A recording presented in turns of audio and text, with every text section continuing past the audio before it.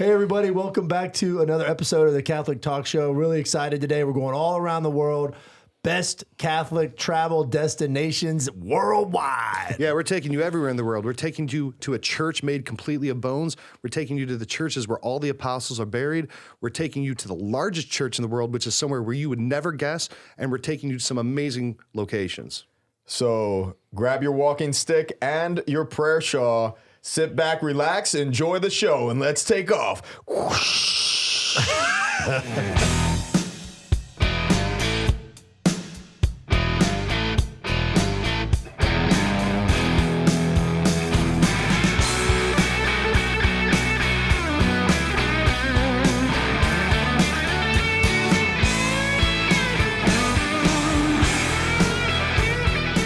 right, guys, my bag is packed. I'm ready to go. I really like some of the destinations here. Mr. Worldwide. Prestige Worldwide. Yeah. That's your side travel agency, right?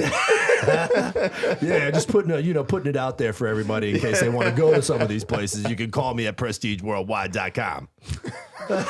Goodness me, yeah. Yeah, this is going to be a fun episode. We're going all around the world, and we're going to see some really cool things. We're not going to see them. We're going to talk about them. Yeah. But, use your imaginations, kids. I can do that. Oh, absolutely. Guys, we're here at the U Catholic Studios, and we are so happy that you're joining us again for another Catholic Talk Show episode. This is going to be a great episode about travel. We've all had privileges of traveling to some of these destinations, but why don't you travel to CatholicTalkShow.com? Make sure that you're subscribing and make sure that you're sharing the show. We need you to be able to spread this good news that we continue to build our community online. If you could support us, go to patreon.com/Catholic Talk Show. That's a great way that you could support us and help us grow the show. And certainly follow us on all of the social media platforms, Twitter, Facebook, Instagram, and we'll see you there. We'll continue this journey together. And where are we flying to first, Ryan Scheel? Yeah, so the first place we're going, and this is for you, and this is kind of the idea behind the episode, is the Camino de Santiago. You're doing that this summer. Do you want to explain what that is? Well, I'm so pumped because Focus Ministries reached out to me. There was one of their executives was at a mass out in California when I was studying in San Diego, and she reached out to me online, and then she's like, would you be willing to be the chaplain for Focus Ministries? We have a big pilgrimage going. But the craziest part about it was I felt like deep in my soul, like I was really praying. I've always wanted to go to the Camino. And everything was lining up for this summer. One of my priest best friends that I'm with at a parish currently, Father Peter at Resurrection, he was like, Rich, you've got to go to the Camino. He came back and he's like, you've got to go. It's one of the most powerful things that he experienced in his priesthood and his life. And he's like, I'll even pay for it. That's what he said. He's like, I'll pay, you go. And then not a week later, I get contacted by Focus missionaries. Wow.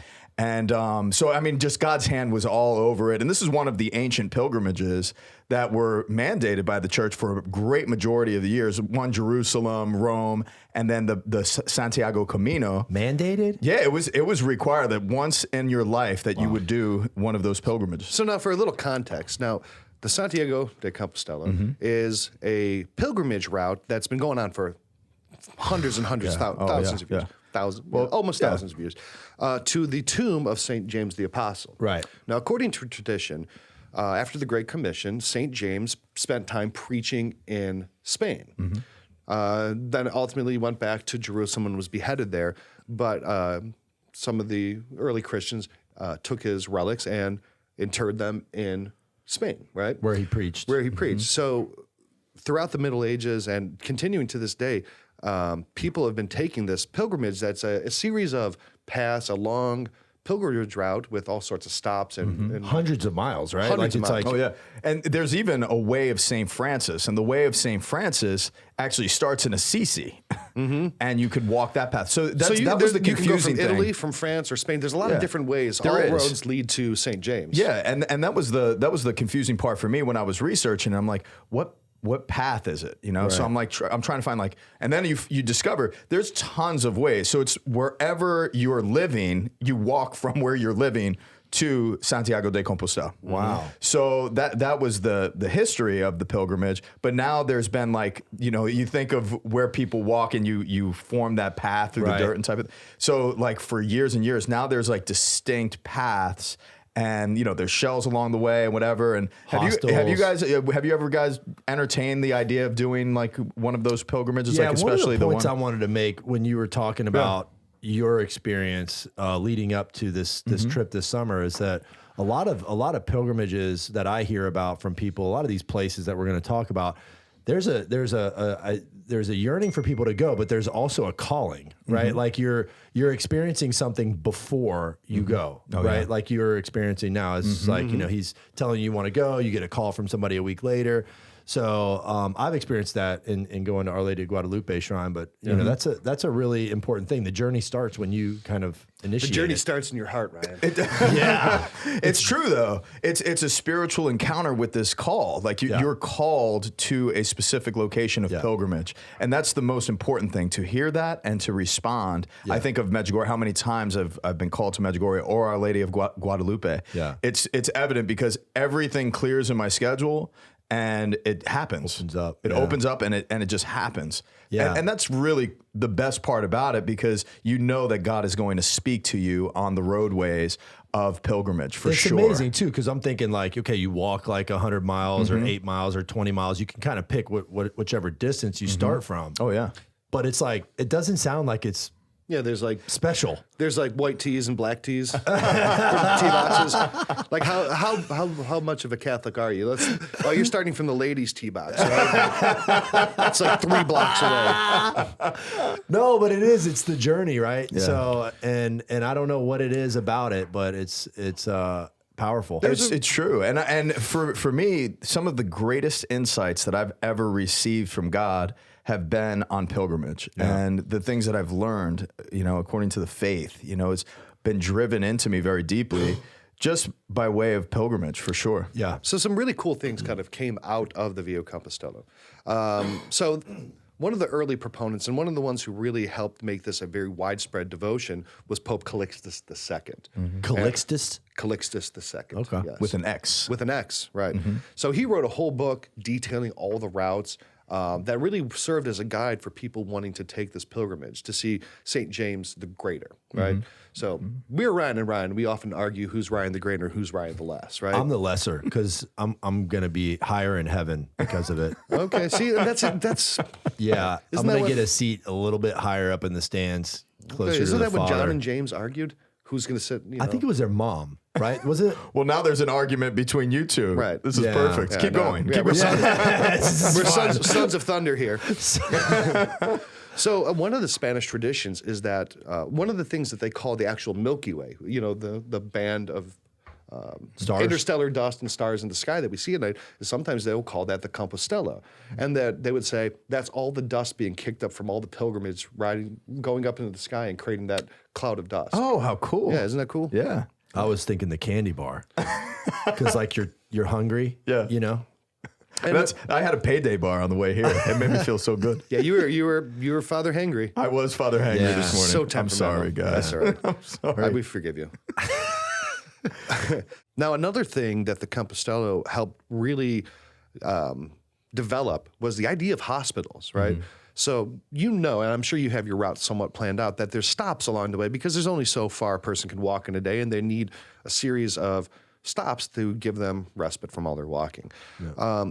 And the church made sure that there's places for people to get medical attention. So there were hospices.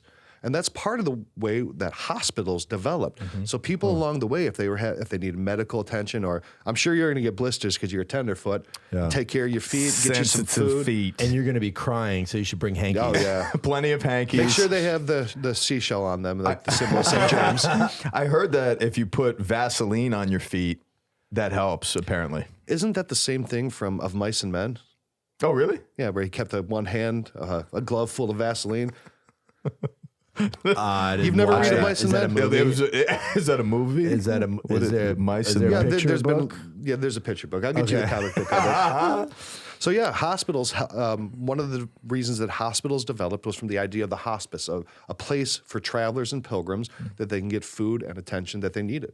So that helped develop the hospital system in the West, which is another cool thing. Pretty cool. Very cool. Where are we going next? So, I got my passport. Now this one, you've been there. Yeah. All right. And we are going to, I think, Now this, I have not been there, and I really want to go there, and that is the Holy Sepulcher. Oh, Yeah. you've never been? I have not been. Oh, dude. I went changes with your my life. wife for our Yeah. 10th anniversary, and we didn't take a tour bus or anything like that. We wanted to kind of Free-range chickens? yeah. And we met a priest there because it was so crowded and so loud. It wasn't very. I mean, it could have been prayerful, but we're just like, man, this is a little different than what we thought. And this priest came up to us and he's like, hey, you know, if you come here at like 4 a.m, you know, you can pray it up. And it was a beautiful experience. We woke up really early. That's the and way went to there. do it. Yeah. Yeah, The that is tomb. totally the way to do it. Yeah. And it's empty and it's cold, and you walk in and it's dark and it's quiet. It's not like It's this. the best time to pray there. Yeah. It's not like this beautiful church. It's just this very holy place. But I found during the day when it's super packed, I would go downstairs where St. Helen discovered the cross, the true cross. And that area isn't as much, it's not trafficked as much.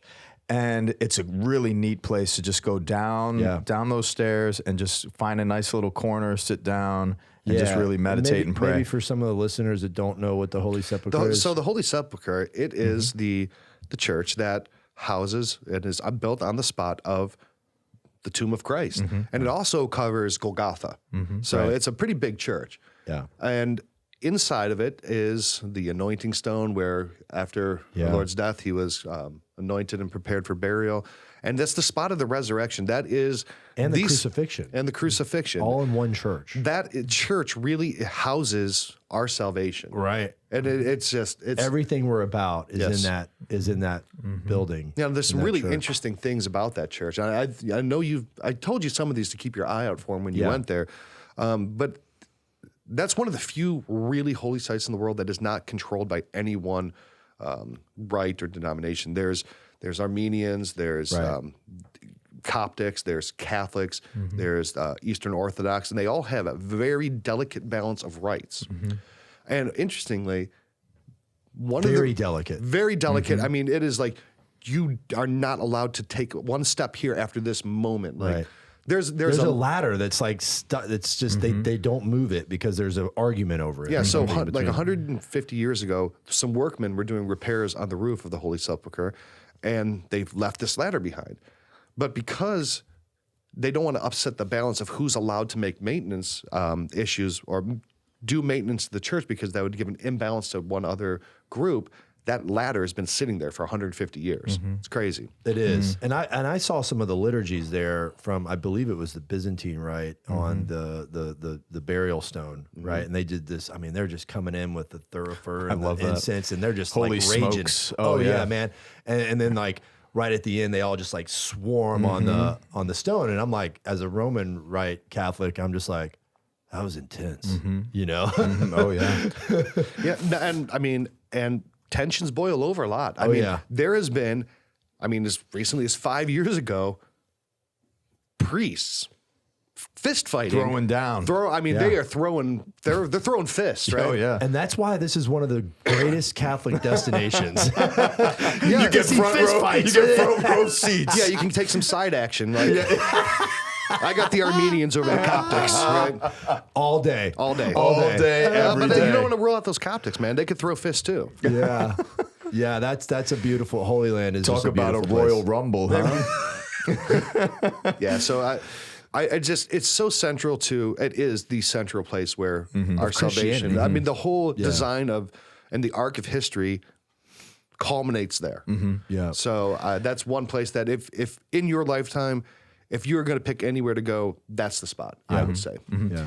And when you walk into the place where Jesus resurrected, it's like a church within a church. Yep. Right. You know? So you have to duck down and then There's only walk like in. 15 people that can go in there for mass. Yeah, and you can only, like, they'll give you time where you could just walk in by yourself or with like a small group, and then you just pray and you kneel down, and it's just so meditative. Definitely one of the most powerful places in the world. So if you ever get a chance or you feel that call or inspiration to go on pilgrimage to the Holy Sepulcher and to Jerusalem, do not waste a single moment. Clear your schedule and make it happen. And maybe one day, you know, we can plan a trip there too. Yeah, that would would be some cool. of our Yeah, take a tour there. audience and No, stuff for like sure. that. That And would you be know, cool. and this is a good time to give a shout out to the Franciscans, who the custodians of the Holy Land, they really do so much to allow and create a climate where pilgrims can go to the Holy Land, to the Church of the Holy Sepulcher, to the Church of the Transfiguration, to Mount Gethsemane, Mount of Olives, Church of All Nations, and Church of the Coals. They have, all the way back since St. Francis really got rights for Christians to go into Islamic-occupied Holy Land areas. They have been the custodians of these sites in the Holy Land. So big shout out. Big shout out to them. You know, maybe consider donating to them and supporting that, because that is so incredibly important to the life of the Catholic Church. So true. Let's hop on the plane. Where we going next? All right. So me and Ryan, you and I tried to go there, but didn't work out. And that is the actual gates of hell. St. Patrick's Purgatory. Whoa. Oh, we're in Ireland. That's right. Yeah. I've always wanted to go there too, and I didn't get a chance to get there. Yeah. Yeah. So St. Patrick's Purgatory it's on an island in Ireland, and it's like a retreat center, and it's called the toughest retreat in the world. Yeah. It's for a weekend. You go on a boat. You take your shoes off. It's cold. It's rainy. And you just don't sleep. You don't sleep. You can't sleep. Can't sleep. You don't Fast. eat. You don't Fast. eat. You walk in this hardcore. big circle. It is, if you are spiritually fit, this is going to kick your butt, because this is the real deal as far as a retreat goes. What's the name of the retreat though? I mean, I know it's the gates of hell, but like, isn't there like a name of the island, or there's some like so name I'm probably associated with it? I'm probably gonna mispronounce this because Irish is a little bit rough for me, but it's the island, the lake is called Luderg. I think I got it close. That's exactly how you say it. And there's a tradition that St. Patrick was shown a vision by Jesus of a cave on the island. And in this pit, he was able to see, by going into this cave, he was able to see into purgatory and hell and have a vision. So they would consider that the actual gateway into hell, right? And that's more of like a tradition. But to this day, there's still people going on pilgrimage there. And we tried to go, but it wasn't during season. They didn't allow anybody there. But it's Yeah, and I've talked to a few people since then, just to kind of share that in a conversation, and a couple of them have gone. I'm like, whoa, you've been, you know? So it's kind of like this little gym in the church that some people know about through word of mouth, and some have gone to, and it is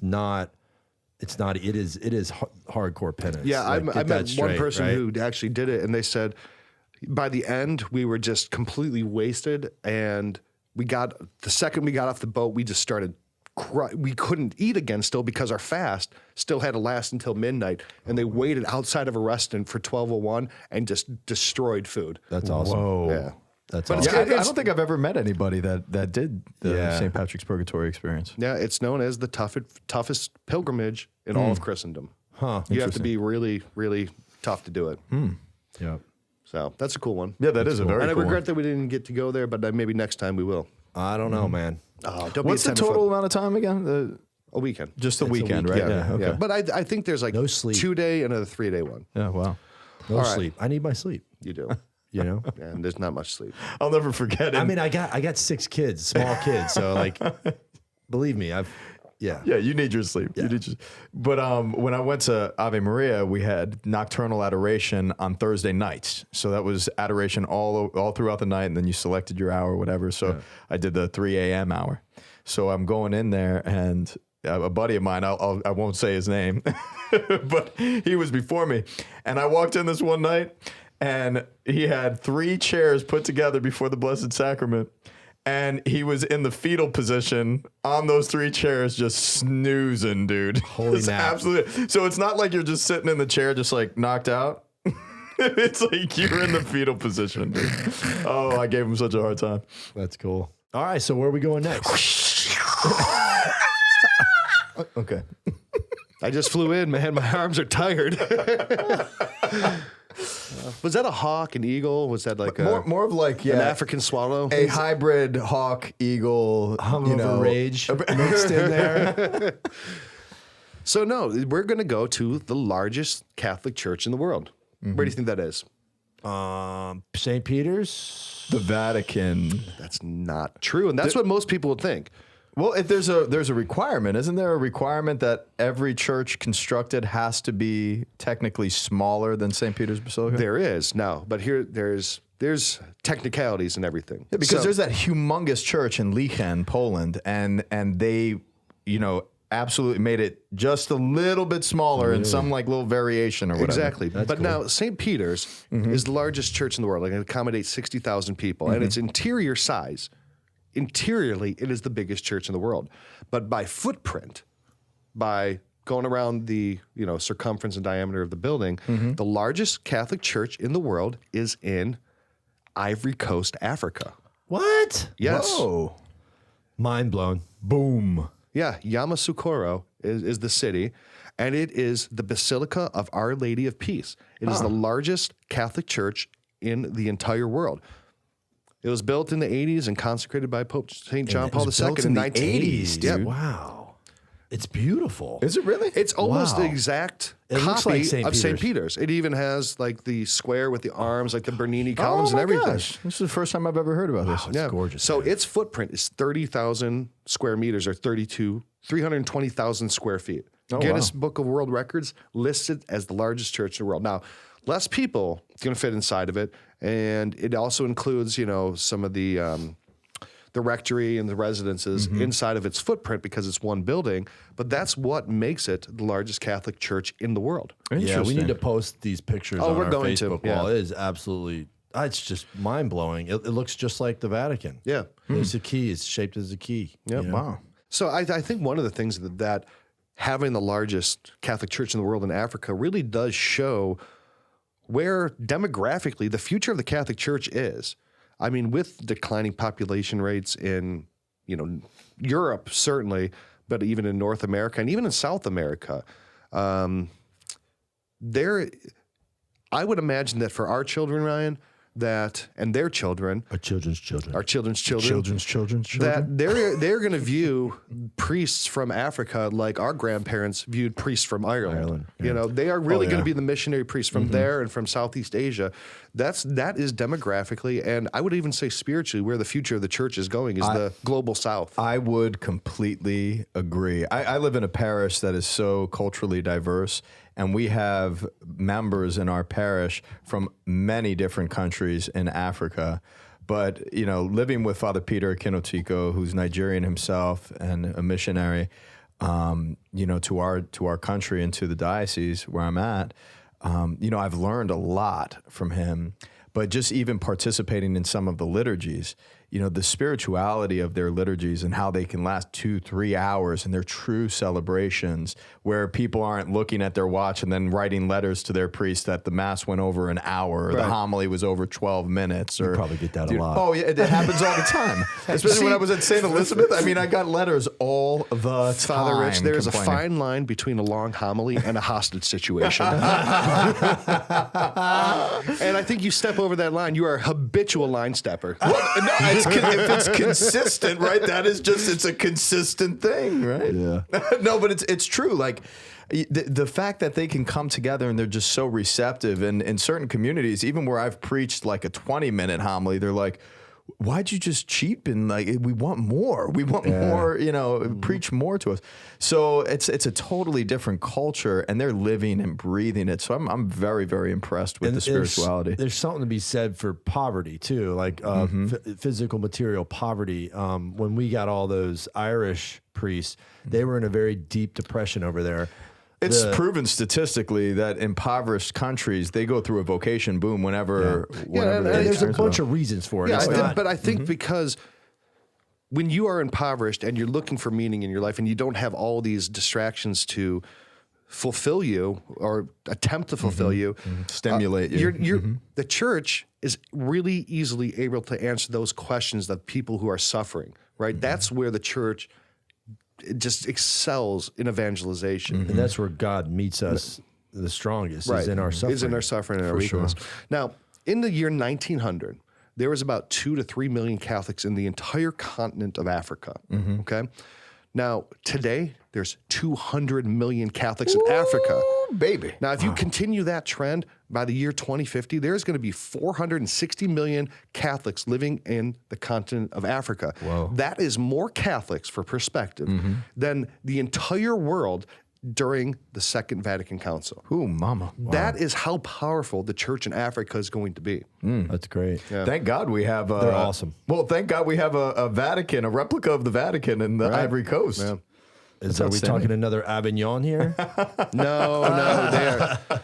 But I, you know, and another thing is I really do think that we are going to see in our lifetime a pope from Africa, and I can't wait. I can't wait, man. That'll be great. Sarah's amazing. If he long live Pope Francis, but if we get Cardinal Sarah as a pope, I would be It'd be an extraordinarily, I think, great thing for the church. To that. Now, So where are we going next? we are going. On a jet plane. Oh no. Don't know when I'll be back again.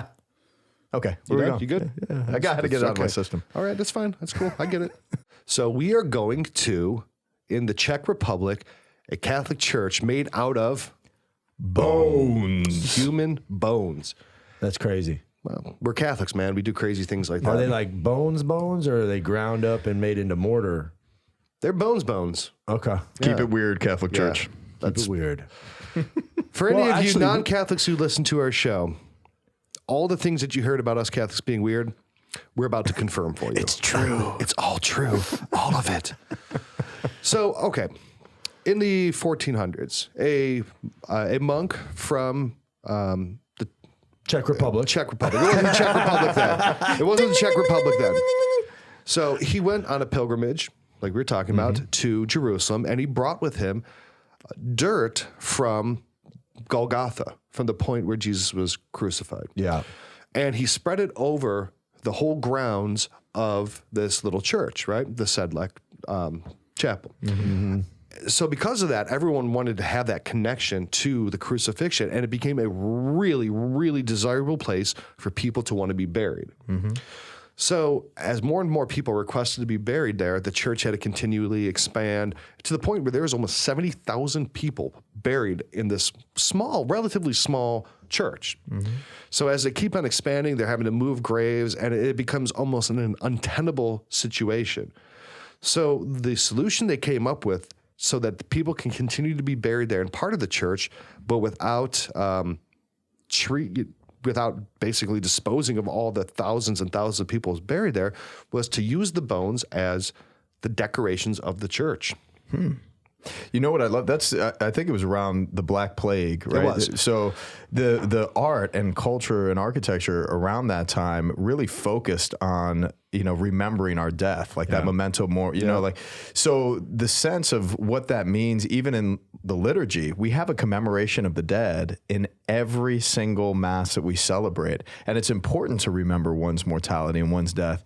And this is where I get a little frustrated with where the church went in, you know, after Vatican II, as well, like late 20th century, where they're building churches, but they're not having cemeteries associated with them anymore. Doesn't make any sense. It doesn't make any sense, because that is one of the most important things that we need to ever keep in our minds is our own death. Because as the mystics explain, that is where we draw perspective of how we're living today. Yeah. And remember your death. Yeah, that's a very important thing.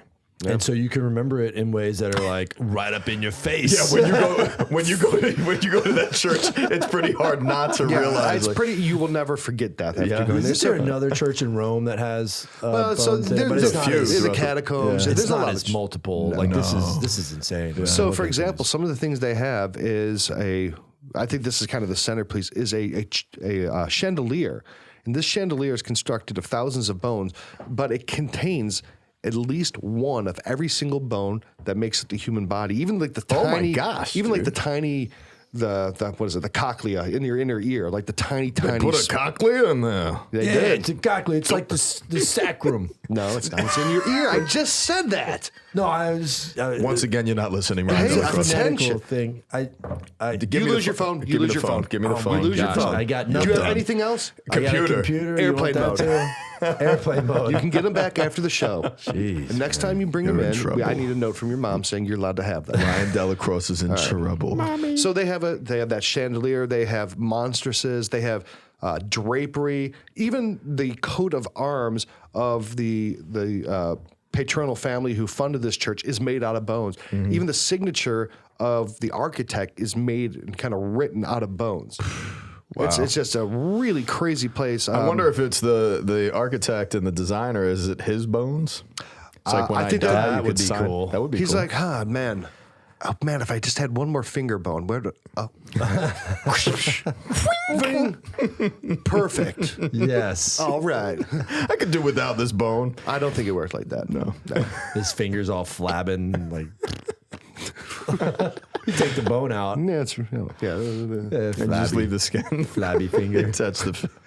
That's gross. That's just disgusting. Yeah, insane. sorry, guys. So yeah, but it's a crazy church. I mean, this is completely decorated with the bones of almost 70,000 different people, and then this is not like a sacrilegious or a mistreatment of these bones. This is exactly what these people who were buried there wanted to be. And even after they started designing it with the bones, people would request, "I want my bones here because I want to be part of the church fundamentally. I want all the masses celebrated here in perpetuity to remember me, to pray for me, and for my salvation, and also to be close again to that dirt of Golgotha, to that very earthly reminder of the sacrifice of our Lord. I love saying that word.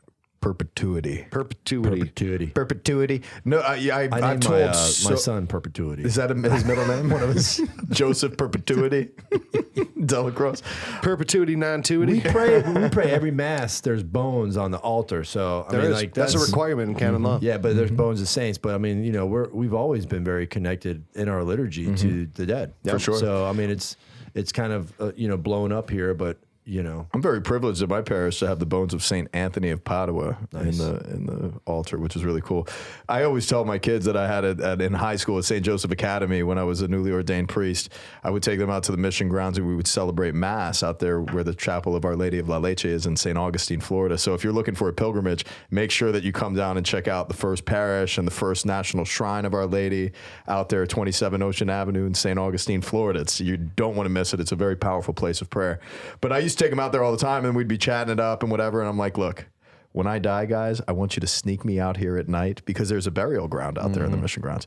And I want you to just dig a hole and put me in it. That's it. That's really where I want to be buried. Yeah, but they stopped allowing people getting buried out there a long time and ago. now the cops are going to show up to your door when you get back to Florida. That's probably true. Yeah. Oh crap. I did put this out there. That's true.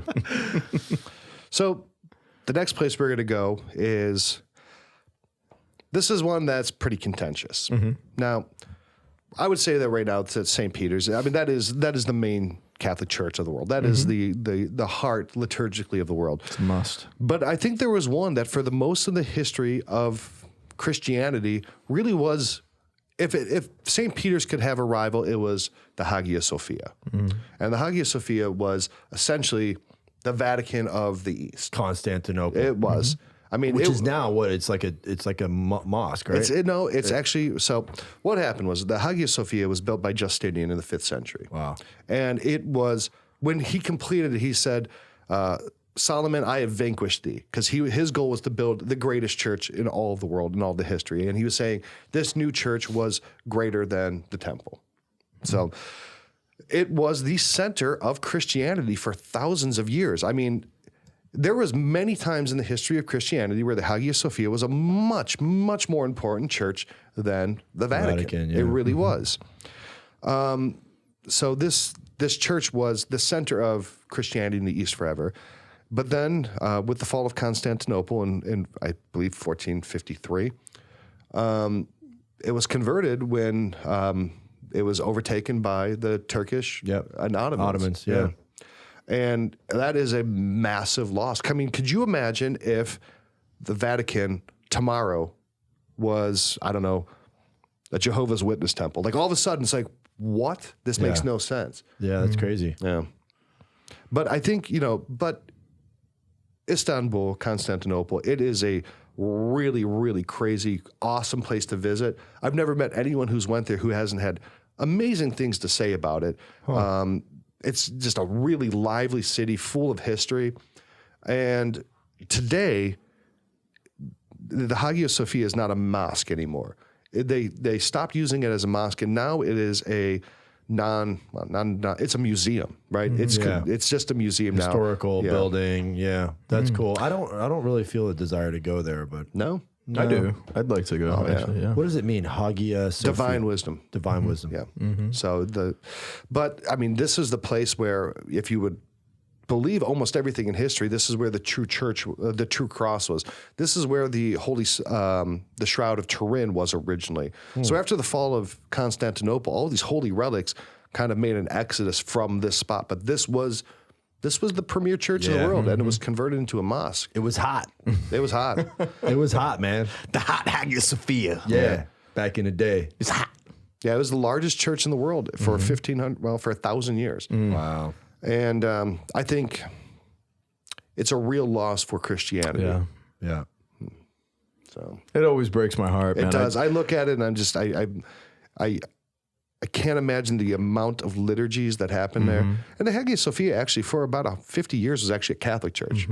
And how many saints celebrated Mass in there? Yeah. You know, it just breaks my heart though, because I did the Camino del the Camino del Rey, or the Camino Royale, for California, and the last mission, Saint Raphael, went in there, and it's a museum, and there's a few along the way that are just kind of treated like a museum, and no masses are being celebrated in there anymore. It just breaks my heart. Terrible. Yeah, it is. Terrible. So where are we going next? All right, so we're going to do a rapid fire one. Okay. Right? We are going to tell you. It's the lightning round. Now this is a 12-day trip, right? So I mean, if you're not going on a long pilgrimage and you want to go to a place with a lot of stops, we're going to take you to all the churches where the bones of each apostle is buried. Ooh, I like it. All right. So we all know where St. Peter is buried. Where is he buried? Underneath the Vatican. St. Peter. Literally St. right Peter's. underneath the baldacchino and main altar. Upon this church, upon this rock, I will build my church. And I mean, Quite literally. the Vatican is built directly over the bones of St. Peter. So And we it all know was- that. And it was somewhat coincidental because they found them. They discovered them Well, it wasn't recently. coincidental. They built the church on that spot. But Right. because But they didn't knew it was- know exactly where his bones were. Right. But they knew it was on top Yeah, of it was- that. I mean, then there'd been multiple churches and stuff, but they rediscovered the bones inside the church in the 30s or so. So St. Paul, you've been to this church. We talked about this last night. He's buried in the Basilica of St. Paul Outside the walls. All right. in Rome. And when you go visit that, just a side trip, go to Tre Fontana, where he was decapitated and where his head hit the ground. 3 fountains of water. So each time his head emerged from the bounced, ground. water. Yeah, it's powerful. And when you're walking around there, it's like there's a eerie silence, just like powerful, pervading silence. Can't believe I missed that when I went to Dude, Rome. and a lot of people miss that actually. So St. Matthew, he is buried in the church, the Cathedral Church of Matthew the Apostle in Salerno, Italy. Interesting. Now, St. James the Greater, we've still already need talked to do about him. Salerno. We already talked about him. He's buried in the Cathedral of Santiago de Compostela in Gallica. Is that what it is? Gaeta, I think is it Gaeta? Yeah, it's Spanish, like the northern Spain. Yeah, this could be a little bit different. Okay, so St. James the Lesser and St. Philip, they are buried in the Church of the 12 Holy Apostles in Rome also. A lot of these are in Rome. St. Bartholomew, he is buried in the Basilica of St. Bartholomew on the Island in Rome. St. Andrew, he is buried in the Cathedral of St. Andrew in Amalfi, Italy. That's a really cool church. Did you get to visit that? I've never been to the coast. Oh, you've never been to that coast? Oh, it's so beautiful. Huge dude. stairs, and it's almost got an Eastern, like Byzantine type influence. Very, very cool. St. Simon the Zealot and St. Jude, they are under the altar of St. Joseph in the left transept of the Basilica of St. Peter in Rome, so at the Vatican.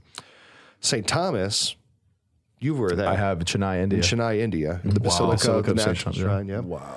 And there's a cave where he prayed that's really cool to visit, and St. Thomas Mount, which is a beautiful hike that you could pray the Stations of the Cross all the way up and have an overview of Chennai. Just beautiful places devotionally, and there's such strong faith in India throughout, but certainly in the region of Chennai. The Salesians have done a lot of work there in Southeast Chennai. Yeah, and now I was just thinking, like, for some of the listeners that may not have prayed near bones, or this is just kind of blowing your mind, but there is a lot of grace. I mean, we've been to. I've prayed at Pope St. John Paul II's tomb, and I'm telling you, man, like there's just so much grace flooded there. And then we went to Conchita Cabrera, who's being canonized here soon in May. Right. Yeah. So it's just one of those things where it's a devotional. It's not like something that we have to do, but there is a connection to the dead, especially saints. There really is. I can't tell you how many times that I was in Rome where I was visiting the tomb of JP2 before he was beatified or canonized, and just overwhelmed with the tears of God's mercy, and I just poured out so much inside, and just received so much. It's true. It's very true. There's a lot of grace there. So go see some bones. So continuing, Saint Matthias, he is the add-on. The add-on. The add-on. That's so diminutive. Tax collector. Yeah, sorry. No, I mean, Saint Matthias, I think his most important contribution, because not a ton is known about him, but his most important contribution was the idea of apostolic succession. That is clearly defined apostolic succession through his elevation to replace Judas the traitor. And that's a very important thing that our tradition and our church is built on. Now, St. Matthias is built in the Abbey of St. Matthias in Trier, Germany. So he's outside of Italy. What I love about Matthias is the fact that he was there from the very beginning. He was one of the 70. He was one of the 70. So he was there, and he experienced a lot. And I just always, in these gospel accounts and these stories, and I always picture Matthias there being so receptive to Jesus' ministry and really taking up leadership and being a part of the commissioning. What is this 70? Is this like, spring training baseball and you get the 40-man expanded roster? Expanded roster? I mean, what is that? I've never heard that before. And the starting team. So no, the 70 were, when Jesus gave the Great Commission, sending them out 2 by 2, the 70 were, it was his entourage. That was his followers. It wasn't just 12 people that I've never heard that before. It's in the gospel. In scripture? Yeah, okay. Yeah, sure. And there's a lot of them, like, there's a whole list of them. It's really amazing. I get it. You know what I don't know? I can't remember offhand is who Matthias was chosen over. This is a very special moment in the show. This is the first time that Ryan Schill has ever said anything like that. That he doesn't know. That he doesn't know. And do you know? Because that would be like... That would be wonderful. Yeah. Do you know? No, I don't know. Of course not. Of course not. So Acts says it was actually Joseph called Barsabbas, who is possibly the same person as Barnabas. So it was, that last roster spot came down to Matthias and Barnabas, and Matthias he won out. And then the last apostle is buried in the ruins of the Basilica of St. John in Ephesus, Turkey. Or is he? That's the question. Because, really, they don't know where his bones are. They don't know where his bones are. Now, traditionally, that's where they were buried. And I love that, though, in relationship to the gospel, where Jesus is like, well, what is that to you, Peter? If I want him to stick around until I come back, there's traditions that St. John actually did not die, and he's still living in a cave in Ephesus. Yeah. No, there is. But if you're if you're listening out there, St. John, dude, I would love to come meet you, man, because this is absurd right now. I named my son John. My grandfather was John. Yeah. John is my confirmation name. St. John is mine. That's my boy. Yeah, and I feel the same way. Yeah. So that's cool. That's where they're all buried. Near the unicorn on my chalice, I have an image of St. John on the What chalice. Don't you have on this chalice? Near the unicorn, if you take a left from the picture of the Honda Civic, and then a little bit below the toaster, right? Just underneath my fishing harpoon is St. John. Like, do you have like every image in the world? A fishing harpoon on there. He's got Because I know you, Father. I know you. We're boys. I know how you work. We're gonna have to take a picture of his chalice and post it again. Kids at San Juan del Rio, Father Tetlo's parish, Father John Tetlow, at his parish are like, Father, you actually have a unicorn on your chalice? I'm like, yep. We got to bring that in for an episode. Oh, we do. Yeah, I'll bring it. So I think that's the end of the road for this trip, right? Cool. That was a good show. I like that. Now, before we leave, you're getting an inquisition. Oh, Lordy. We're going to take it easy on you because we know that you're going to be struggling mightily. And we know what a delicate flower you are. And how much maintenance you need to be happy. Fragile. You are fragile. So, are you prepared for the Via Compostela? Am I prepared? Yes. Your question is, how are you preparing for the Via? You know what? I am the way that I live my life. It's just, I wake up and I'm just as spontaneous as can be. So I know it'll probably be like wake up the day of my flight. And just like throw everything You're in together. for trouble. That's bad planning. It's kind of like how we prepare for the talk show. What I'm saying. No, how you prepare for the talk show. Listeners, I am meticulously prepared. These two roll out of bed and we're like, let's talk. Do you guys want to talk? You want to talk? Hey, that's cool. Let's just talk. Ryan. Ryan, you just bring up things and we'll talk. It's like, Yeah. No, but I was thinking about walking barefoot, you know. Ooh, you're gonna get some with bunions. those pink feet? Yeah, I know, but I've got to somehow like build up calluses. I've got sensitive feet, guys. Oh my There's a baseball player, Moises Alou, and he never wore batting gloves. And you know how he built up calluses on his hand? How? And this is an old baseball trick. You'd pee on him. What? You want me to pee on my feet, Brian? Look, if you don't want to get terrible. blisters, man, I just thought it was talk to just Moises Alou. jellyfish. I thought it was just to heal jellyfish. Yeah, the stain. Yeah, when you, yeah. No, Moises Alou and a bunch of other baseball players would pee on their hands. That's just gross, man. I, And so now we're leaving Whatever all it the takes, man. listeners Well, with break that. down the science for me, Shield. No, please I don't think don't. it's. I don't think it's scientific. Yeah, But if you want to try it, I'm not trying it, feel dude. free. that's gross. So are you prepared? Are you ready? I'll just put Vaseline on my feet. There and you go. Give it a shot. You're gonna That's slip. No, I really, spiritually wise, like I've really been spending time trying to get to know St. James and really pray through his intercession and really develop that kinship. And something that I experienced in prayer recently is just this sense of on the road, I'm going to visit a chapel where I'm just going to unload a lot of the burdens of my own life and stuff. And that's what I'm really looking forward to. And pilgrimage is a really special thing in the spiritual life. And it's always the reset button for me. Yeah. You know, and you really can't prepare for it. You just respond. Like when you're invited, you go, and you're gonna have strength to be able to do it. So I'm not worried about like going out and jogging, walking and like walking 13 miles, 15 peeing on my feet. I see Rocky. Dun-dun-dun. Eat raw eggs. He'd eat like 2 raw eggs and just throw Going it. on a pilgrimage, yeah. So I guess there's 2 corollary questions then. Well, number one, will you make sure you share videos and pictures with our for audience? sure. Yeah, And then would you carry our prayers and the prayers of our listeners? Oh, there? absolutely. Yeah. Absolutely. No, that would be a joy to do that. So if you have any prayers that you want to submit, send us a message, and I will definitely be praying along the way for all of our listeners and their families.